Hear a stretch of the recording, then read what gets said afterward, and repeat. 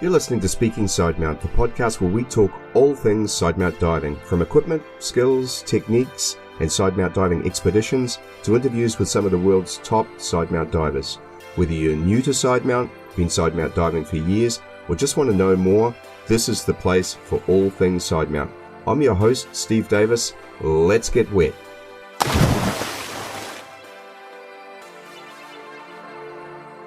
Welcome back to Speaking Sidemount. I'm Steve Davis. One of the great things about technical diving and sidemount diving in particular is the ability and desire we seem to have to tinker with and optimize our equipment to get just a little more from what we have, a little more streamlined, a little more efficient, or as I call it, squared away. Whether it's adjusting our harnesses or adding a custom fitting such as a sliding D-ring or a better angled drop attachment point, this in my mind is one of the fun things about sidemount diving. And after all, we need something to do between dives, and who doesn't want to improve their kit and their diving? So I was really pleased when one of our listeners suggested that I reach out to Andy Goring of SUMP UK.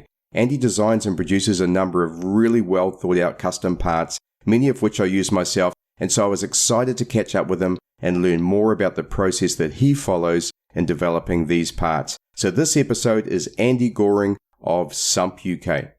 Andy, welcome to Speaking Sidemount. Very much, Steve. Appreciate you having me on. Andy, I think many sidemount divers are aware of your amazing work in developing sidemount harnesses and custom accessories at SUMP UK. But before we get into that, and to give it all a bit of context, can you tell us something about your background in diving? I started in 2000 diving and done a lot of sports before that. And it was I just happened to be in a place at the time where there was a dive shop. And I just thought, you know what? I'll go. And that was it. I had no kind of ideas what I was going to do. It's just, you know what, I'll give it a go and see where it goes. And that's how it all started, 2000. Right. 19, nearly 20 years ago. So what sort of diving were you doing in the beginning? Normal, paddy open water. I was living in Africa at the time, so it kind of landlocked. And in an amazing place called Chinoi Caves, which was kind of 40 meters visibility, big sinkhole.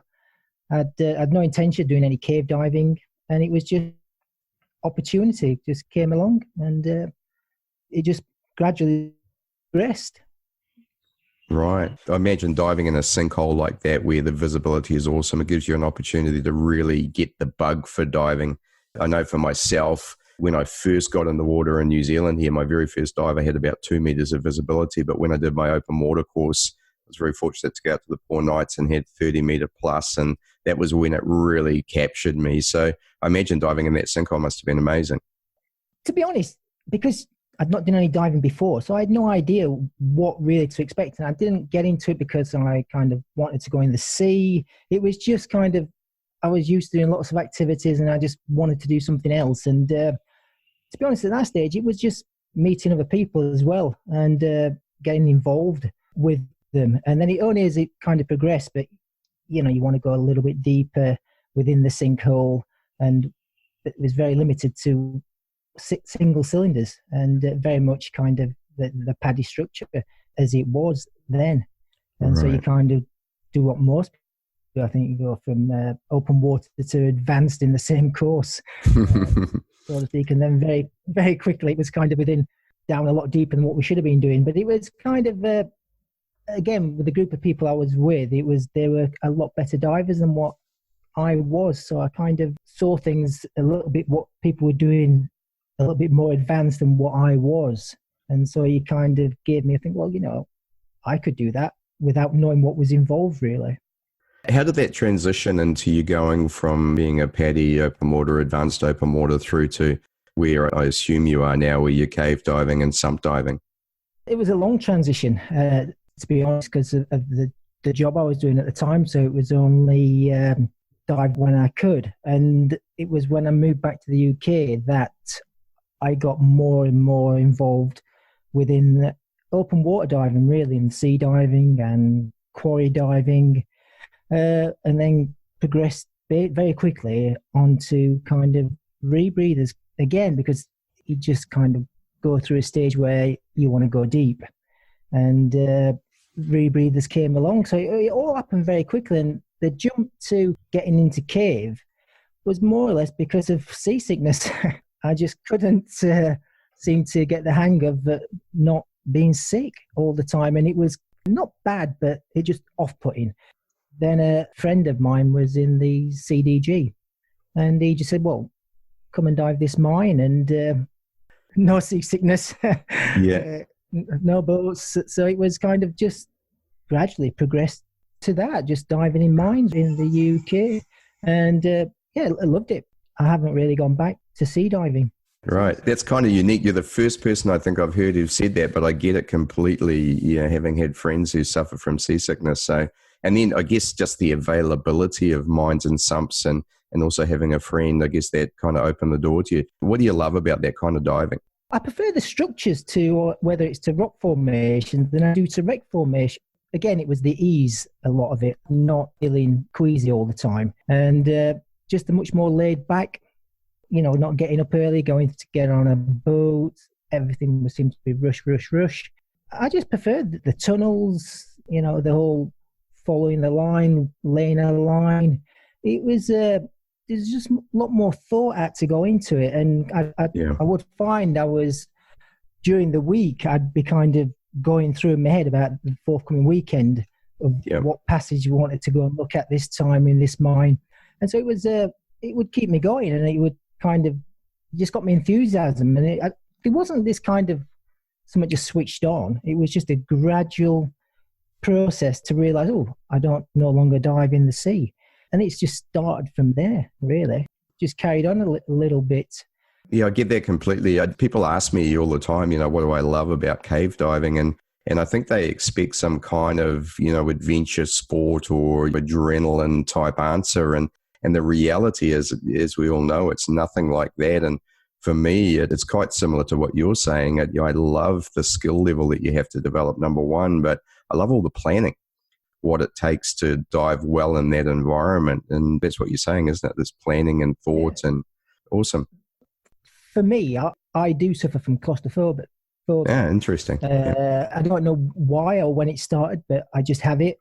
Every dive, there's always that you're kind of suppressing where you can feel it welling up a little bit at times. Yes. For me, it's interesting because you're just kind of keeping that suppressed and still wanting to enjoy what you're doing. But I always find every dive I do with an overhead is much more, you're focused a little bit on the dive, on yourself.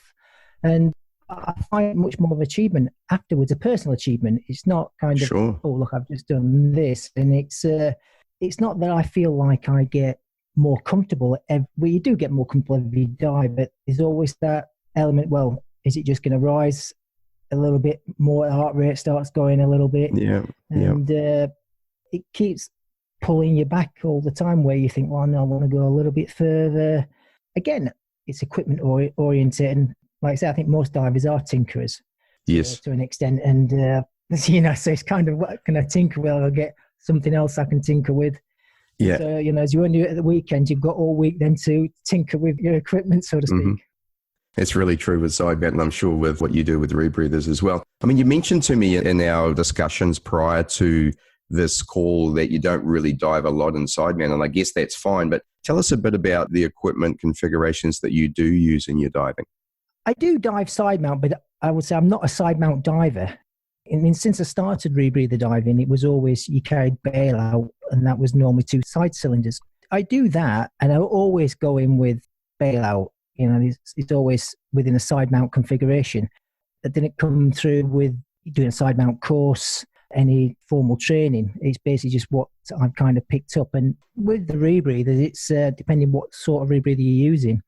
It's again, you just configure the side mount cylinders. And I've learned a lot from basically the rise and the popularity of side mount, what people have done with different configurations. And kind of I take that on board, and most people want to improve their setup. Yes. And it's the same thing with rebreathers. If you're not kind of, you don't have a lot of real estate and you've got to get a certain amount of equipment on, and it's, I like it to be as comfortable as possible and as streamlined as possible. So half the battle is getting into the water. Once you're in the water, it's not such a problem when you've got a lot of kit to kit up and you're trying to squeeze it on. And so I try and minimize it as much as possible. One thing I've noticed with your gear, certainly the photos I've seen, everything is super clean and streamlined, really tidy and squared away. I love that.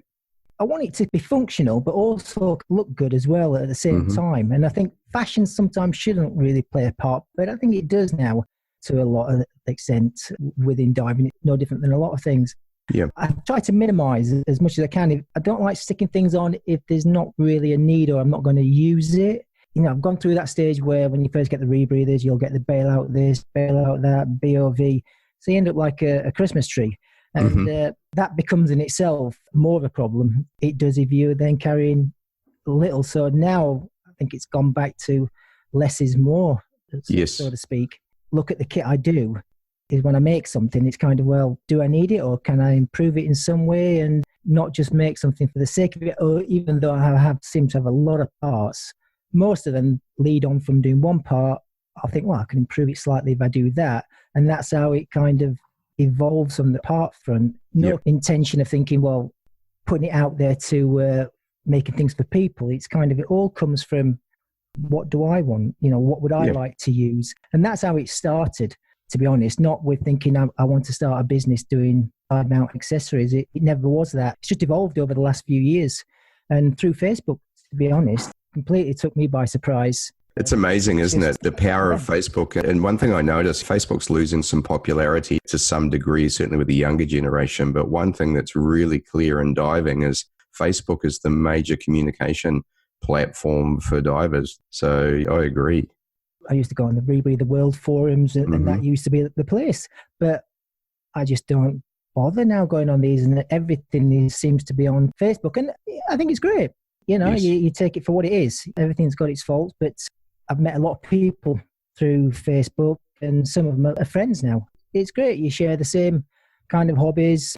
I never used to travel with diving, but since the Facebook and watching things, much more keen to actually travel now and see more and do a lot more diving. So from that point of view, it's been a great. Obviously, the whole premise of Facebook is being able to show the world what you're doing through pictures and updates and sometimes video. And yes, the fact that we have this amazing diving community out there now using Facebook, sharing images on virtually a daily basis. I mean, I know my stream is completely full of diving.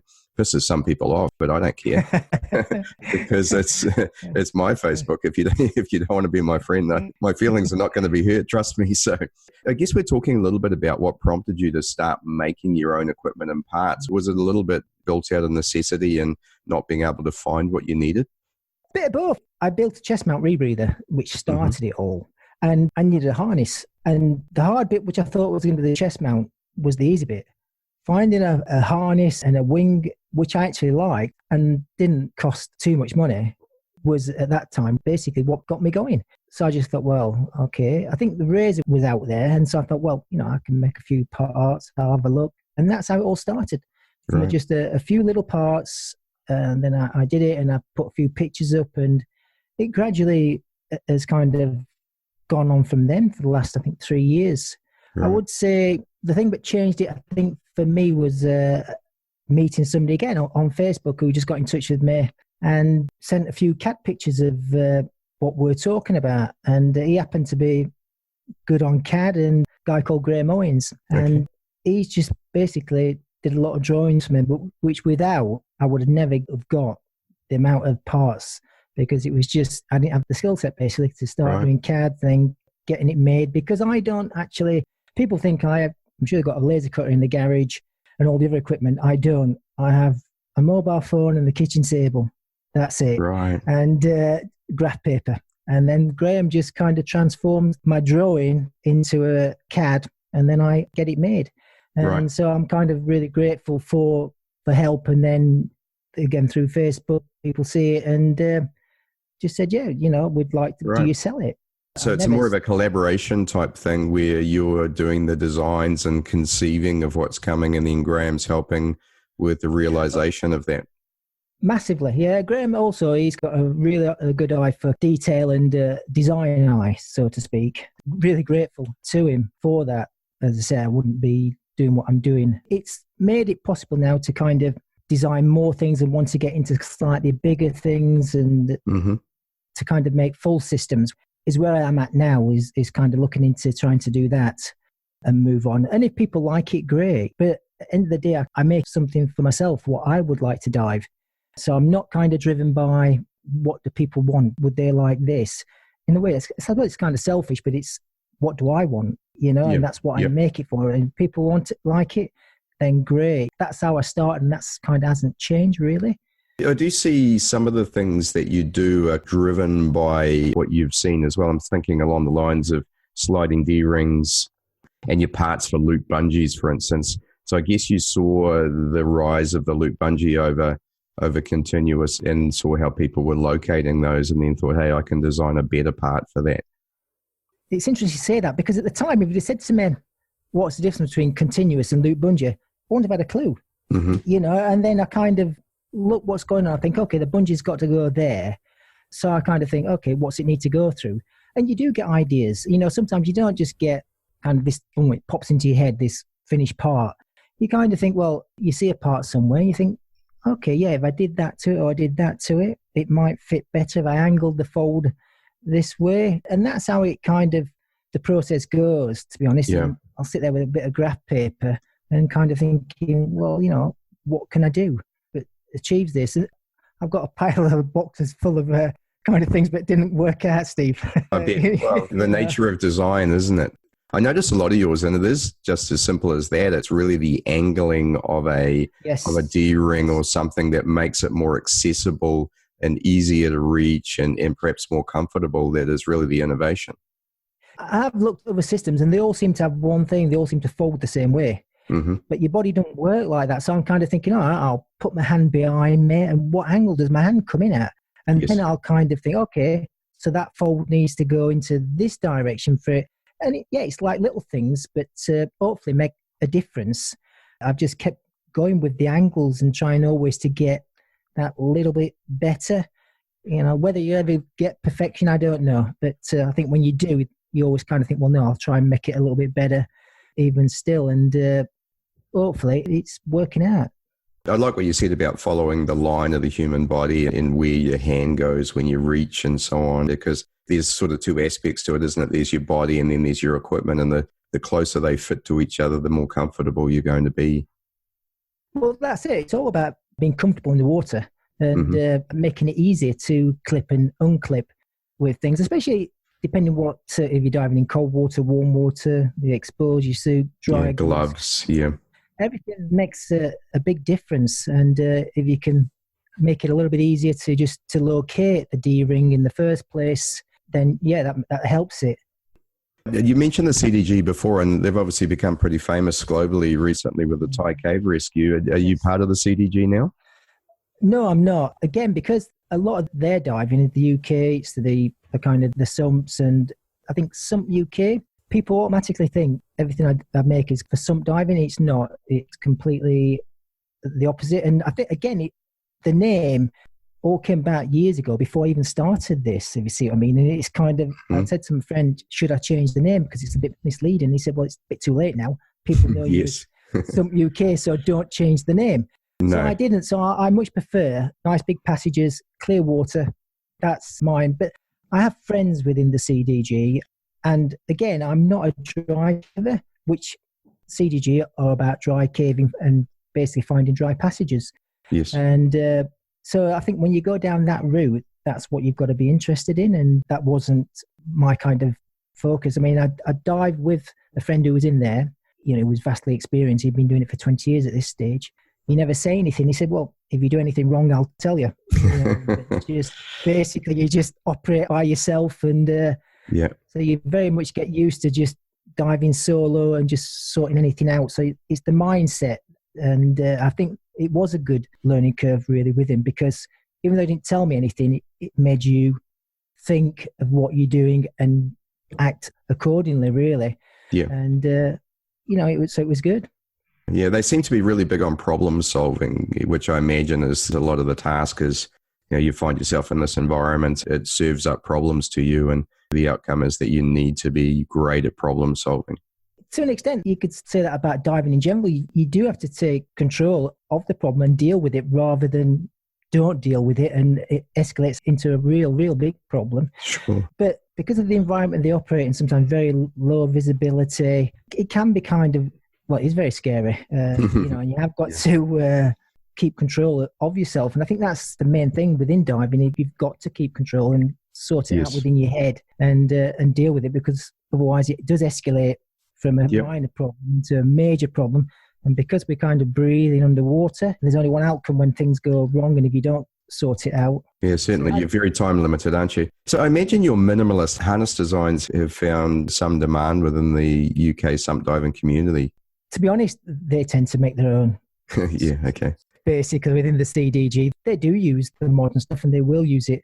But I do sell some stuff to the CDG members, but most of them, they're more than capable of doing their own stuff, and they kind of prefer, I think, to make their own stuff. But as I say, a lot of it, they have to dry cave to get somewhere where it may mean rope work, and so they'll have made some sort of harness which allows them to dive as well. Right. Some of your latest work involves you building some Toddy-style harnesses and BCDs. I thought they look really great. So tell us a bit about that. I'm interviewing Toddy in the next couple of weeks, so it's quite topical for me. That came about because I saw Toddy's plates and I thought it would make a very good platform for the chest mount rebreather. Right. And that was how that started. So then I kind of looked at the Toddy and I thought, well, I'd kind of like to change this. If I had this bungee connection here, it's going to work better for me with the chest mount rebreather. And that's how that started. And now I'm kind of in the process of trying to make a better wing for me to fit the Toddy system. But I like it because you can get the weights if you need it, either a P weight down the middle, or with the plates, I don't actually need a weight. And it was almost like just sticking a back plate on, but a much narrower one. So it was kind of an in-between pure side mount and standard back plate. Mm-hmm. I don't find any restrictions with movement with it, what's on the market within side mount. And it works for me, and I know some people will say, well, that's not side mount, but 2 cylinders at the side and it works. As I say, I find the profile quite low. I like it. Where it will end up, I know it's Toddy's doing quite well with it. Mm-hmm. And at the moment, that's where a lot of my effort is going in developing that. When I say developing, I'm not really developing it. It's already out there. Very little which is actually new within diving, which hasn't been done before in some shape or form. People just kind of reinvent it. I think the Toddy plates is very much to like what the Hollis or what they did back in the States, probably in the 60s, 70s, putting a BCD between 2 plates. To say I'm developing it, it's not. It's just taking a modern idea and trying to improve it to what I think suits me. But I mean, the response has been quite good. I've had sometimes when I do post pictures up, especially with a Toddy one, I kind of thought, what's going to come back here, But in a way, that's kind of nice, because I kind of felt like with the side mount forums, they were going down the wrong route for a little bit with negativity towards people posting pictures up in various trims, and that seems to have kind of come back a little bit, which is a nice thing. I tend to agree. I mean, the reason I started this podcast was pretty much exactly that reason. Number one, I sort of needed a bit of an outlet for myself. But number two, I stopped participating in the forums because there was so much rubbish in there. And it was rubbish from the point of view of people who, what I call the keyboard divers, commenting. And then number two, there was this negativity there, and there just didn't seem to be any camaraderie or any community associated with them. So I thought, well, let's sort of see if we can be above that and get the best divers out there talking about side mount in the way that we think it should be. And then sure, others can comment, but I do agree. I think there's been a little bit of a swing back. There's more people trying to be helpful. And I think side mount still does suffer from a lot of poor training and a lot of people who are side mount diving who unfortunately haven't been shown the right way, but that's not necessarily their fault. And so again, if better we can educate people, the more good information we can have out there that's not tainted by those who really don't know what they're talking about, I think the better, right? There's a lot of good information now on side mount, I think. Andy Davis has done some really good diagram articles, which are very basic and very easy to follow. Mm-hmm. And there's a lot of good instructors now if you want to go down that route. You see more people now at inland sites using side mount. And you see more back mount and rebreather divers now adopting the bungee cylinder approach. I think that's good because it's now they're all coming together and using the best bits of each system. I think that's how it should be. After all, it's diving. Basically, we're all in the water for the same reasons. And so cross-mix is the best way, really. Although I do what people think are side mount parts, I think they're just as applicable to whether it's rebreather, back mounted. It's not just side mount. It's just You're right. side mount divers seem to have taken them on board much more quicker than. I think the key to it is that the side mount harnesses, certainly the modern ones, the razors and the X-Deeps and so on, included those sort of parts on them. And I think that your improvements to those are resulting in people looking at those harnesses and saying, yes, I'll buy one, but then I'm going to modify it with some of SUMP UK's parts. I don't know any top side mount diver that hasn't done mods on their equipment. Everyone does it. But that's the ultimate, isn't it? If you can get a harness, which you don't do anything on. And I think when you achieve that, then I think you've cracked it, basically, whether it be X-Deep, Razor, if they do that and then nobody else comes to you for anything else, I think, again, going back to this, you look at it and you kind of think, well, I've thought, well, why don't they do it? Because they put a lot of thought into the wing, but sometimes very little thought goes into the hardware that goes onto it, which makes the complete package. Yeah. And a lot of it comes down to resources. What resources? I think there's resources, and also I know with XD, everything has to go through CE certification. Yes. So that in itself could be a barrier. But I'll ask Patrick, because Patrick Weidman's the designer of the XD harness, along with Peter at XD. And so it'd be interesting to ask them that question. I'll do that and see if we can report back later on their thoughts on that. I mean, I can react quicker and do things quicker because I don't have those constraints that they have, and they do have. When it comes to wings, definitely CE, it's a big issue. And then every time there's a modification, it has to go for certification, which it's costly and it's time consuming. And when you're on the big stage like they are, they can't just kind of just put something out there. They've built up a big reputation and they've got a long way to fall. I spoke to Patrick directly on that, and he said, listen, we put so much thought into the design, but then the real work starts. So then they have to go through the whole, how we're going to tool up for manufacturing en masse, and then, well, the other way around, how do we get this through CE? And then once it's approved, how do we tool up for manufacturing? But it is an interesting point, the ongoing development and continuous improvement that you're talking about, where we sort of iterate towards the perfect harness. One other thing that's interesting, I've got an episode that releases today where I talk a little bit about side mounting cylinders and about how to mount your third and fourth cylinders, which is the subject of that podcast. I sort of lamented how many back mount divers are using the traditional slinging methods, where the cylinder is basically loosely clipped to your body and is free to float away in whichever direction it wishes. You get this classic tech diver image. Perhaps they're in trim themselves with their body, but their cylinders are all over the place, and I absolutely hate that. You remarked earlier about how side mount is contributing to that by using a loop bungee and sliding D-rings, where you can, in fact, streamline the cylinders. So I think that's something that back mount and CCR divers could certainly gain from side mounters, how to correctly side mount a cylinder and have it in streamline with your body. I think you've got a few instructors out there which are side mount instructors as well as rebreather divers, and I think they're doing a lot of pushing that onto the mainstream rebreather divers, because they see them. I think it's no brainer when somebody sees somebody with nice trim cylinders, as opposed to you've got the back of the cylinder basically at 90 degrees swimming through the water. And so they think, well, it's a little bit of bungee, a bit of playing about with on the waist where I clip it off. And I think they just go ahead and they do it, and it's gaining. I do think it gets harder when you start adding, like I said, 2, 3, 4 cylinders, especially if you're not a big person. It's harder. Where do you put it? You've only got so much space on your harness. Again, this comes from side mount. They're experimenting more and more, because I think now the side mount started with tended to be 2 cylinders, and now they're putting more, they're going deeper. And so they're having to find solutions for this. And because now it's a business side mount, they've got a vested interest in trying to, well, where does it go next? And there's always has to be some sort of progression as to, okay, especially when you work in it and you make a living from it, how do I progress? How do I keep these people coming back for further training? And so I think it's great, and it always has a knock-on effect when these guys find different ways of doing it. It will filter down, and it kind of, I look at what's going on.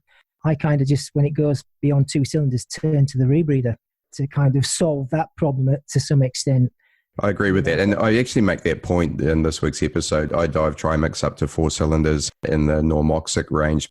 As a super experienced side mount diver, side mount instructor, 4 cylinders is no big deal. I think there's a now generally accepted way of mounting your first 2 side mount cylinders and the next 2 cylinders underneath them that works really, really well. But when you get to 5 and 6, where you're starting to mount them in the front of your body, and Michu has done a whole lot of work where he's gone up to 10 cylinders, and he makes the point, he's not saying this is diveable, he's really just playing with cylinders to see what he can do. So sometimes he gets taken out of context there. But the reality is, you're absolutely right. The rebreather technology has moved on to the extent now that, if you're going to go hypoxic trimix, or if you're going to go very long duration at shallower depths, then the rebreather should be your tool of choice. It's like you say, when you start putting them on your front, when does side mount become back mount, or is the same profile? If you're going to do it on your front, you may as well stick them on your back if you're going to do that. I think now, especially, there seems to be more and more side mount rebreathers coming out. Yes. For a side mount diver, you can kind of see the progression if you're going to move forward. It's a very good time, I think, to be involved in diving. There's lots of ways for people to move forward. And I think while ever people can see a way to move forward and you're progressing, and it will retain people. Yeah. Whereas I think before, people kind of drifted into diving and then it just wanes and it goes. But now there's things to keep people interested. There is. And tech diving in particular is going through a massive period of growth. In fact, it has been for the last 5 or 10 years, where it's becoming much more mainstream to move into technical diving than it was previously. Well, the level of training out there is massive. All the agencies now have lots of different courses to go. There's lots of instructors about for people to choose from. So, it's kind of an interesting time, and the equipment's good. Yeah, I think the level's growing too, isn't it? Maybe Facebook and YouTube and all of that is contributing to some degree. Certainly the standard that I see across the board. I know in side mount, there are so many good side mount divers and instructors out there now. If you look at some of the hotbeds in Mexico and where I trained in Gozo, there are brilliant instructors and brilliant divers pouring out of those places now. Yeah, well, you see it every day on Facebook when you log in, the show pictures and the dive videos. They're fantastic. The level people are putting into training, I think, is, at one stage you just went diving, and now it's kind of people really focus on their level and what they're doing. And I think, again, that goes back to the parts, and that's why I think I've done okay, because people are looking for, how can I kind of improve? And it's like marginal gains, it's just little bits. By just changing something small, then it adds up and you think you've just got it. You're happy with the system, and are divers ever happy? I'm not 100% sure. Well, we come back. Tinker. Don't forget, I was just going to say that. Don't forget that we have to tinker. If you take the tinkering away, then what do we do during the week between dives? But it goes 360, I go back now and I think the first ever system I made to do with the chest mount was the best, sort of like 5 years ago. Right. And I wish I still had it. I don't know where it went. I got rid of it, but I think that was the best system. So I think you kind of think you have to go through this process to think, no, I've got a better idea. I'll try that. But, sometimes the old ideas are the best ones. Right. But I find looking through boxes of old parts, thinking, and that's how the sliding D-ring came about, to be honest. Yep. That just came about by I found this bent piece of steel, what I had, and which had been bent by mistake. And it kind of slid along the webbing. I thought, there we go. And then it evolved to the actual angle it's folded now. Funny stories. Steve Martin was using some of them, and he sent me a video. And I said, that's an interesting way of sliding it. I don't do that. Basically, he'd spun it around the wrong way to what I was doing, and found that it held a heavier cylinder much better. Right. And if you turn it the other way, it held a light cylinder. So it was kind of... He dives both steel and aluminium cylinders, so that's interesting. I still, for the life of me, don't know which way they work, so I'll have to get you off right. I've tried them both ways and I still can't figure it out. The sliding D-ring is a hard one to crack because you're not making it for one specific type of webbing, because there's lots of different webbing I've used on harnesses, and because I have a type of webbing and it works with that, doesn't then mean it's going to work with the X-Deep or the Razor, because they use slightly different webbing and it will react different. So it's quite hard, but it seems to work reasonably well on every type of webbing. Yeah. But I know they're not everybody's cup of tea.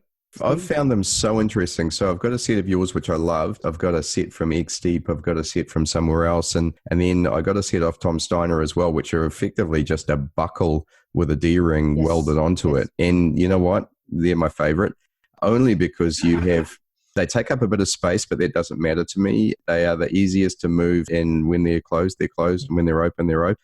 I agree with you. It's the webbing is really the key. What works on one will not necessarily work on another. Let's circle back to SUMP UK. I know typically what happens is if somebody expresses interest in one of your products, it's either available or it's not, and then they get you by personal message. Is that how you like to work? Yeah, that's the only way I can work, basically through Facebook. Send me a PM. Everything I do is made in really, really small numbers. Right. It's not mass produced. It's made in very small batches, sometimes of just 20. And sometimes it sells quickly, other times it may be months. By no means is it kind of like these things are flying off the shelf. They're not. Basically, it's just get in touch with me via Facebook and I'll reply. If I've got it, it goes out the next day. If I haven't, I'll get it maybe a few weeks. Sometimes, depending how long it takes to get it made. Once it comes to me, then it's cleaned up by hand. So it is quite a time-consuming process to go through. It'd be nice if I had some big manufacturing where it was all came to me without any work needed doing. Then it would certainly speed the process up. But people tend to think SUMP UK is a big organisation. I think, again, that's because of the beauty of Facebook, because I, at times, bombard it with a lot of pictures.